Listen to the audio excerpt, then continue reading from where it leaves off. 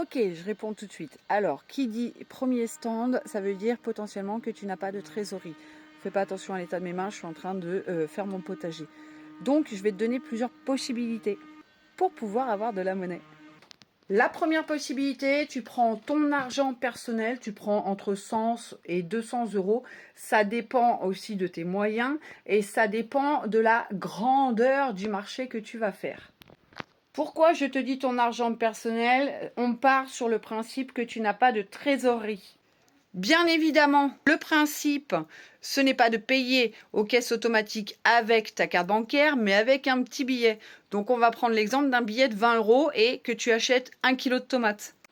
Donc, une fois que tu as payé, la caisse automatique, elle va te rendre, en fait, ta monnaie. Cette monnaie-là, tu vas la mettre dans une caisse. Et tu la gardes. La deuxième possibilité, tu passes directement avec la caissière et tu lui demandes de la monnaie. Tu lui dis, excusez-moi, je dois prendre le car pour rentrer, mais le chauffeur de car ne veut pas de mes billets, il préfère de la monnaie. Tu lui demandes des pièces de 1, de 2, ce que tu veux, elle te dira jamais non.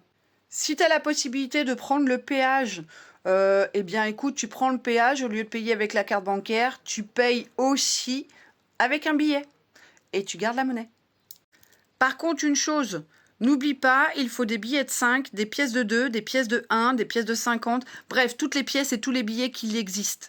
Mais surtout les pièces, car bien évidemment, les acheteurs adorent payer avec des gros billets. Une autre astuce aussi, si c'est le début de ton marché et que tu as un acheteur qui te paye avec un billet de 50 euros, déjà, première chose, est toujours un crayon qui vérifie si tes billets sont des vrais ou des faux. Et sache une chose, les billets les plus faux, c'est les billets de 5, les billets de 10 et les billets de 20. Il faut vérifier tous les billets.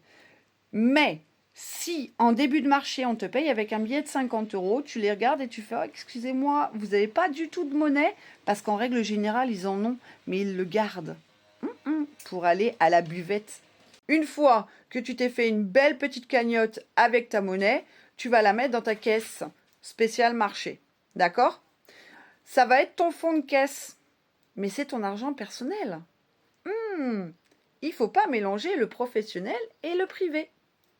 Comment tu vas faire? Eh bien, écoute, c'est très simple. À la fin de ton marché, tu vas rentrer à la maison et tu vas prendre ta caisse. Tu vas compter ton chiffre d'affaires et si tu peux te ressortir en billet ton fonds de caisse, eh ben, tu le ressors.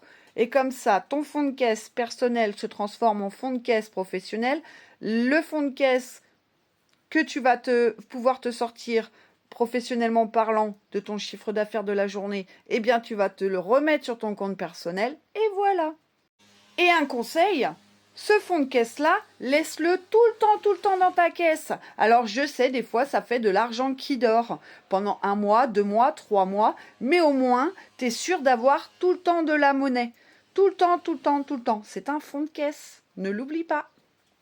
Autre chose, tu le sais potentiellement peut-être pas, mais tu sais que quand tu manges le midi sur ton étal de marché, c'est considéré comme un repas professionnel.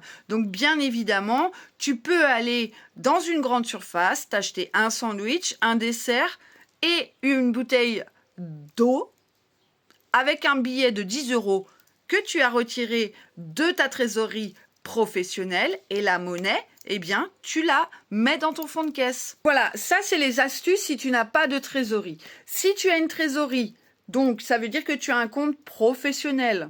On mélange toujours pas le professionnel et le privé. D'accord? Eh bien, tu vas aller à la banque. Mais attention, pas la veille pour le lendemain. Il faut prévoir ça minimum 15 jours à l'avance. Tu vas à la banque et tu leur demandes si potentiellement tu peux avoir des rouleaux de monnaie. Alors, ils ont un minimum. Certaines banques vont te dire oui, mais il faut prendre pour tant. Alors, si ta trésorerie te le permet, tu le fais. Si elle ne te permet pas, fais le système que je t'ai dit juste avant, avec ton argent personnel. Voilà, j'espère que j'ai répondu à ta question et je te précise juste une petite chose. Quand tu fais les stands de marché, n'accepte pas les chèques, d'accord? Car tu n'es pas assuré réellement et concrètement sur les chèques. Il vaut mieux privilégier la carte bancaire et le liquide. Jamais de chèque. D'accord?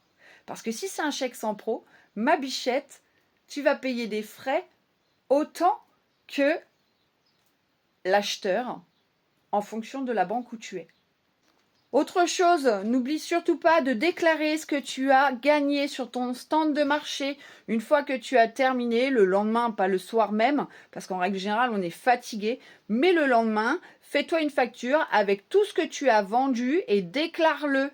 Allez, moi, c'est pas le tout. Je vais retourner à mon potager. J'espère que mes réponses te conviennent et si tu as d'autres questions, pose-les-moi.